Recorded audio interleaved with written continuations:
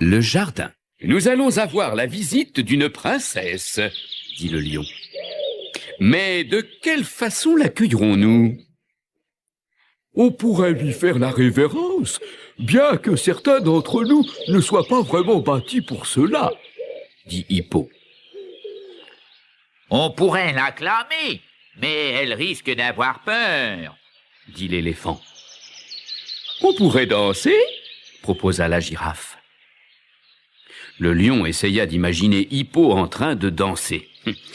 Il hocha la tête et tous les animaux soupirèrent. Oiseau brun, resté à l'écart, susurra à l'étonnement de tous. Pourquoi ne ferait-on pas un jardin? Les princesses adorent les fleurs. C'est une bonne idée. Comme ça, on pourra tous y travailler, dit le lion. Les animaux choisirent d'abord un terrain. Il est beaucoup trop dur. Il faut écraser les mottes de terre, expliqua le lion.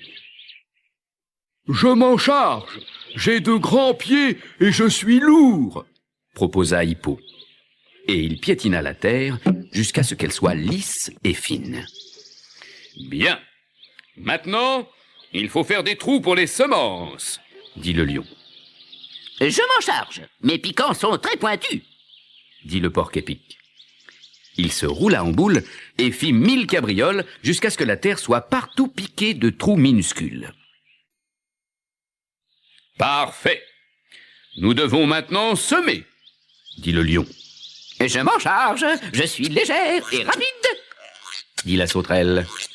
Elle sauta tant et si bien dans le jardin qu'elle sema toutes les graines. Parfait. Il faut maintenant arroser, dit le lion. Je m'en charge. Ce sera facile avec ma trompe, dit l'éléphant. Il alla boire à la rivière et souffla d'immenses jets d'eau sur le jardin. Bien. Maintenant, il faut monter la garde pour que le singe ne vienne pas piétiner nos plantations, dit le lion. Je m'en charge, dit la girafe en tendant son long cou pour faire le guet. Oiseau brun était triste. Il aurait voulu les aider, mais on n'avait pas eu besoin de lui. Bientôt, les semences commencèrent à germer. Un jour, le lion se mit à gronder en inspectant les plantations. Des mauvaises herbes. Elles vont tout gâcher. Qui va les retirer?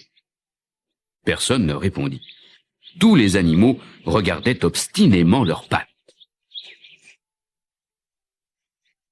J'ai de trop gros pieds, je n'y arriverai pas, dit enfin Hippo. Mes piquants abîmeraient les feuilles, s'excusa le porc-épic. Les mauvaises herbes sont bien trop lourdes pour moi, fit la sauterelle. Ma trompe briserait les tiges, dit l'éléphant. Mon cou est trop long, je ne peux pas me pencher si bas, dit la girafe. Peu à peu, les mauvaises herbes envahirent le jardin. Mais Oiseau brun eut la patience de les retirer une à une. Il les prenait délicatement avec son bec pointu et les déposait derrière un buisson épineux. Ce travail fut si long et si dur que ses ailes restèrent douloureuses pendant très longtemps. Un jour, enfin, tout fut fini. Il n'y eut plus une seule mauvaise herbe au milieu des magnifiques fleurs rouges, jaunes, blanches et bleues qui se dressaient partout. Le lendemain, alors qu'elle guettait par-dessus les arbres, la girafe s'écria « La princesse arrive! Je l'ai vue !» Les animaux se dirigèrent vers le jardin et s'étonnèrent de le voir si beau. « Les mauvaises herbes ont disparu !» fit le lion ébahi. Oiseau brun ne pipait mot. La princesse déclara en souriant « C'est le plus beau jardin que j'ai jamais vu. Quel travail cela a dû être !»« Nous avons beaucoup travaillé !»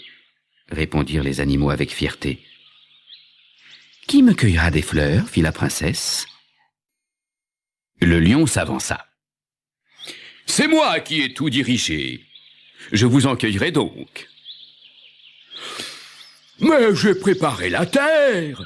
dit Hippo. « J'ai fait les trous pour les semences !» fit le porc-épic. « J'ai semé !» fit la sauterelle. « J'ai arrosé !» fit l'éléphant. J'ai monté la garde, fit la girafe. La princesse sourit. Qui donc a enlevé les mauvaises herbes? Personne? Dit le lion. La princesse vit alors 2 petits yeux briller dans le feuillage d'un arbre. Est-ce toi, Oiseau Brun, qui a fait cela? Demanda-t-elle. Timidement, Oiseau Brun acquiesça. C'est donc toi qui me cueilleras des fleurs, car ton travail a été le plus long et le plus dur.